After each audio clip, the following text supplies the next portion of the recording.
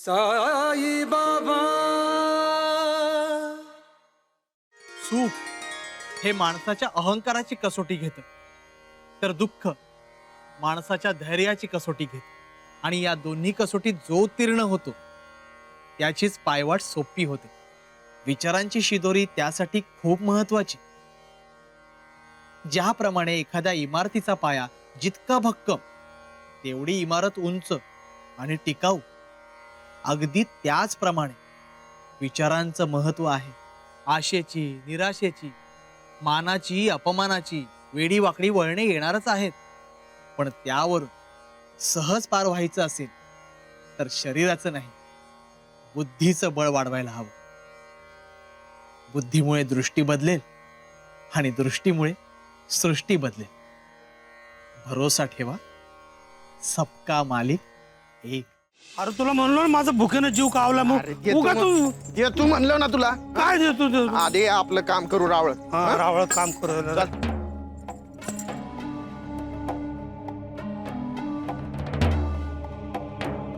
अरे हा माळसापती खंडेरायाची फुलं कुणाला वाहतोय?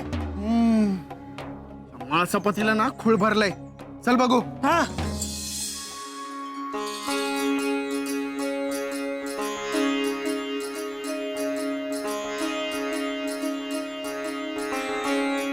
ए थांब, हात पाऊल टाकायचं नाही।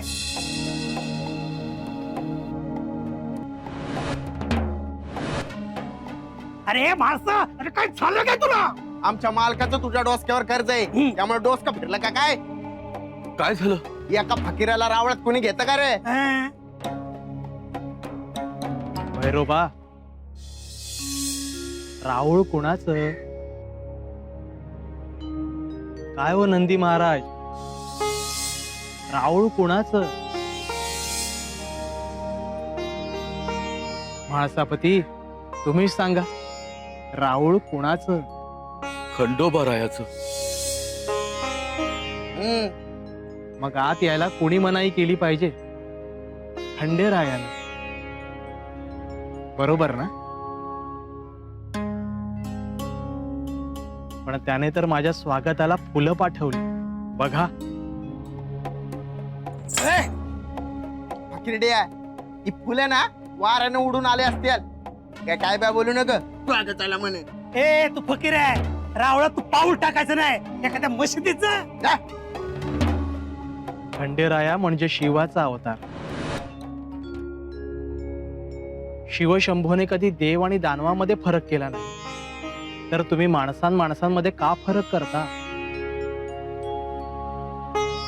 राम तोच, रहीमही तोच। ए तू आमच्या देवाविषयी सांगायचं ना? अरे हजार नाव असतील आमच्या देवाची, तेव्हा कोण सांगणार? बर, मग कशाबद्दल सांगू? पाणी? पाण्याला नीर म्हणतात, जल म्हणतात, जीवन म्हणतात, अमृत म्हणतात। पण असतं तर ते पाणीच ना। मग हा साधू, तो फकीर, हा भेद आपण कशाला करायचा? अदुगरच भुकेनं जीव कावलाय, उगा डोक्याची आमली करू नको। तू जाईत ना, तुझी तक्रार हिंदुराव पाटलाकडे होईल। हा? आणि एक फकीरडा खंडोबाच्या रावळात गेलेला त्यासनी अजिबात चालणार नाही, चल निघ। हा. अल्लाह मालिक है।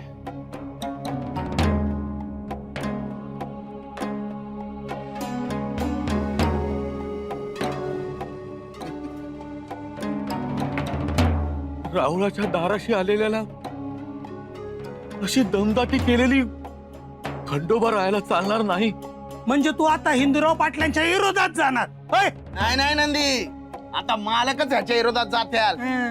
ए माळसापती, कर्जाचा परतावा द्यायचा, नाहीतर मामलेदारामोर उभं राहायचं, कळलं का? चल रे।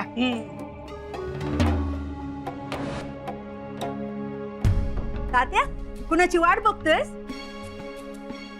भूक लागली आहे का? घे, खडी साखर घे। अरे घे, परसाद आहे तो, घे घे, खा खा। काय गं मी आज एकदम सकाळी सकाळी हा सुनेला बरी मोकळीक दिली तू? अशी कशी मी मोकळी सोडन? मिरच्या कुटाय दिल्यात, आता मला काय त्रास सहन होत नाही बघ। रावळाच्या नावाखाली बाहेर पडले म्हणून मला कळलं. काय कळलं? शकू पाटलिनीचं सुनेपुढे काय चालत नाही. आम्हाला सांगत होतीस ना व, मी अशी करते तशी करते, गोणीभर धान्य द्याय देते, हेच का ते? हे बघ ना मी, तोंड सांभाळून बोल. माझी सून माझ्या धाकात आहे.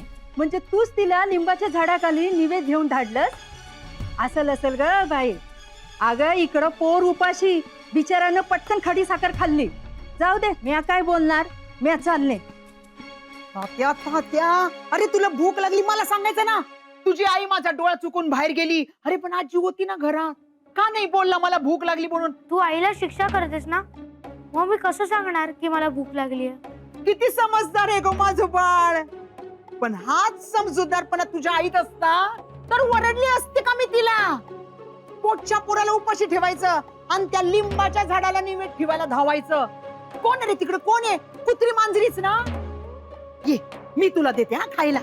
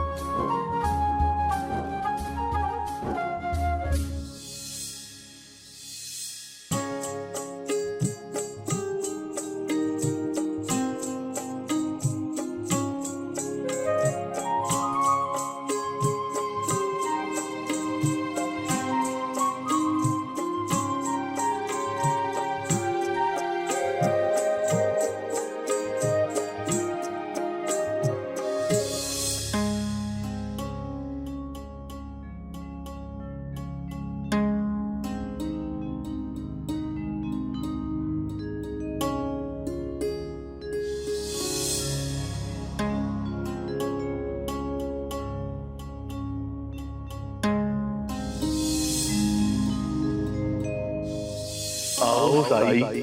ए थांब. राहुळ कुणाचं? खंडोबा रायाचं. नाही, एक फकीरडा खंडोबाच्या रावळात गेलेला, त्यासनी अजिबात चालणार नाही. चल निघ.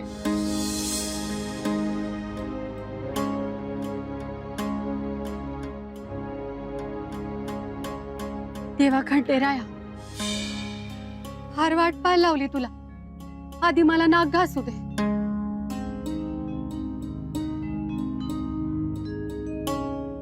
माळसापती, अहो माळसापती, अहो लक्ष कुठं आहे तुमचं?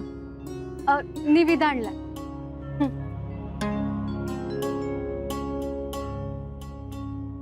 चला.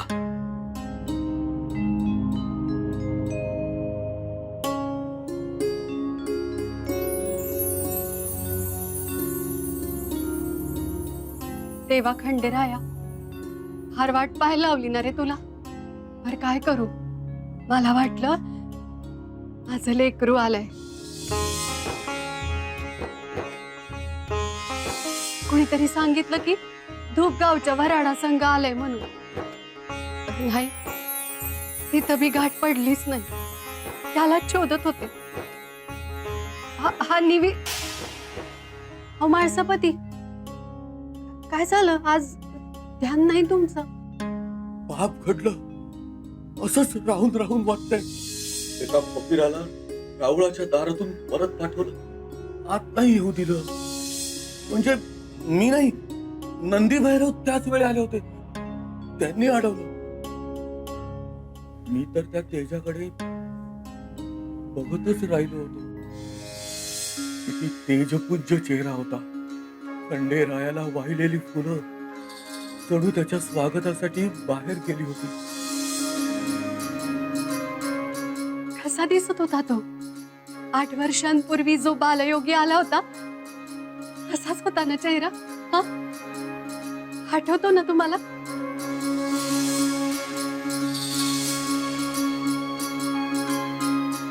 तेव्हा तो कोण, कुठून आला विचारलं, कधीच उत्तर दिलं नाही त्यानं.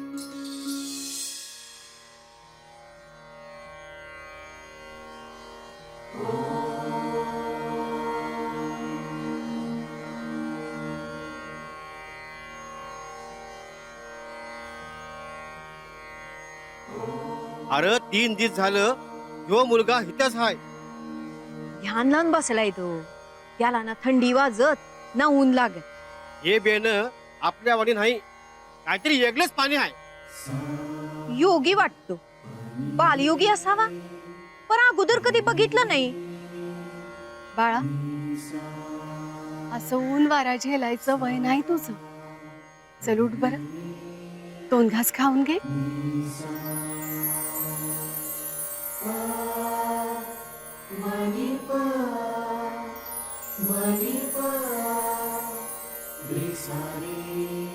आम्ही समधी सांगतोय तेव्हा नाही डोळं उघड, आणि आता बायजा माया आल्यावर लगेच डोळं उघडलं. कौसले, अगं मायेनं बोलली ती. नुसतं मायेने नाही, आईच्या मायेने. जिची कुस उजवली नाही ती समद्यांशी असंच वागती. आमच्या पोटी पोरं बाळ हाय ती. जो काय मायाचा पाझर आहे तो आम्ही आमच्या घरात सांडू, इथं तिथं कशाला. बाईजामाय, तू का वाईट वाटून घेतेस? तुझी कूस उजवे, कुठलाही घोर घेऊ नकोस. तुम्हाला माई म्हणालास, मला आई झाल्यासारखं वाटलं. आणखी काय हवं? एक दिवस आला आणि तसाच अचानक एक दिवस निघूनही गेला. तेव्हापासून वाट बघते. असं वाटतं आज वाट बघणं संपल. आधी वाजवू शंख, मग कापू पंख, आणि मग मारू डंख. त्या म्हाळसापतीचा शंख वाजवलाय. मामलेदारासमोर उभं राहावं लागल असं बजावलंय. अहो तुम्ही फक्त आज्ञा करा, पंख छाटूच बघा. नाही, आता पंख छाटायचं आणि डंख मारायचं दोन्ही बी काम ह्यो हिंदूराव पाटीलच करणार. त्या कोते पाटलाशी जवळीक करतो काय रे? बघ म्हणावं आता तुझ्या कर्माची फळ. एक डाव आम्हाला बी टाकू द्या म्हणलं. तुम्हास मी वय हं, आणि त्यो कसा? सांगते की.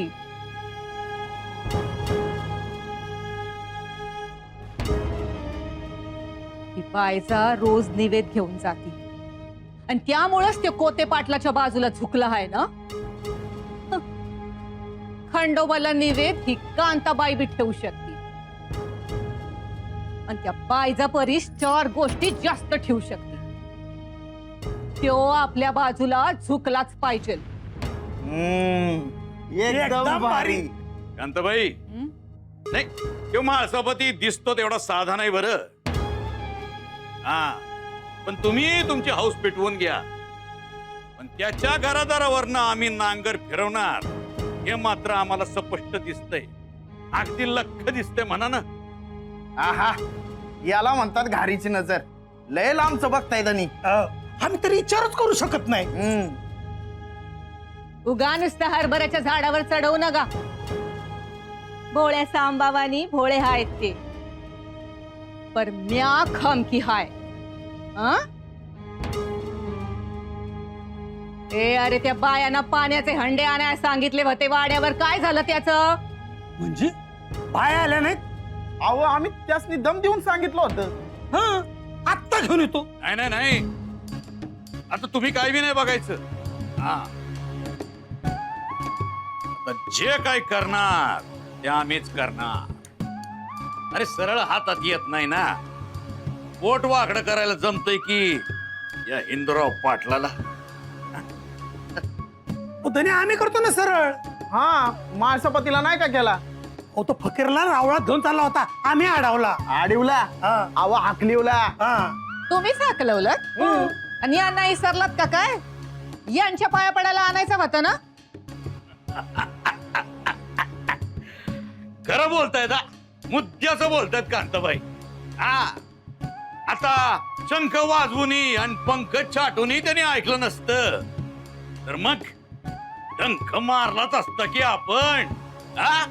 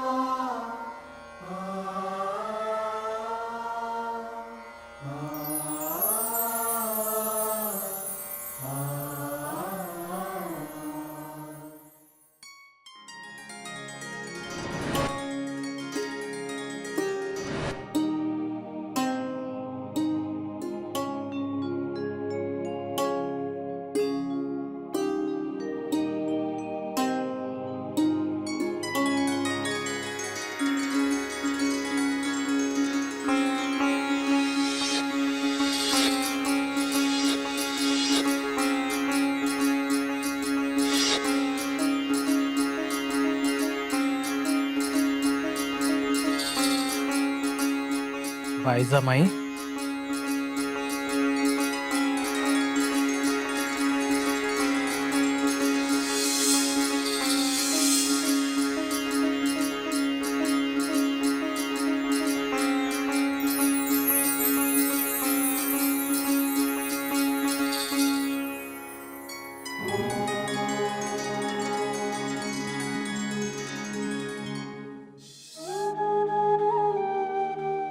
असं लेकरू तू आलायस मला ठाऊक होत.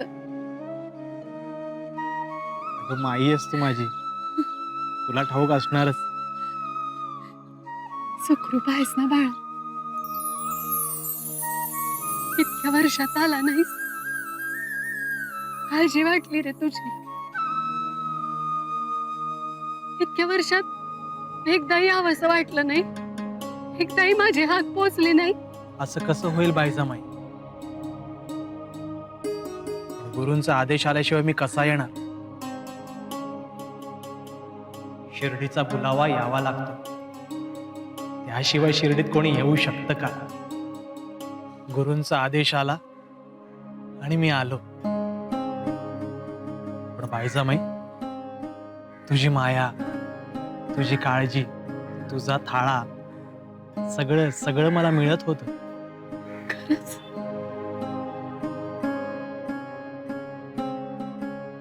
असं कसं मिळेल? किमान आज तरी मिळवते. आजही आणलाय तुझ्यासाठी थाळा, ते खाऊन घे.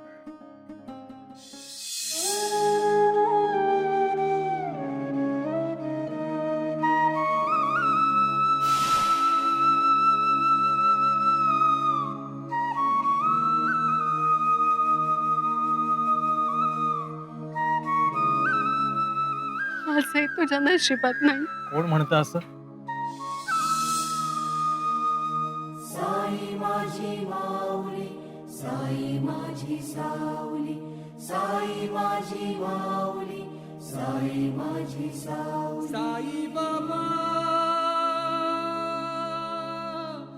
थांब थांब लेकरा.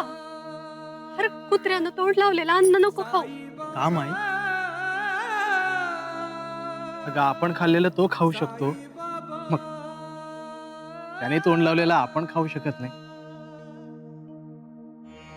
अरे चालेल का तुला? बघ चालेल म्हणतो. बायजामाई, काळजी करू नकोस. अल्लाह मालिक.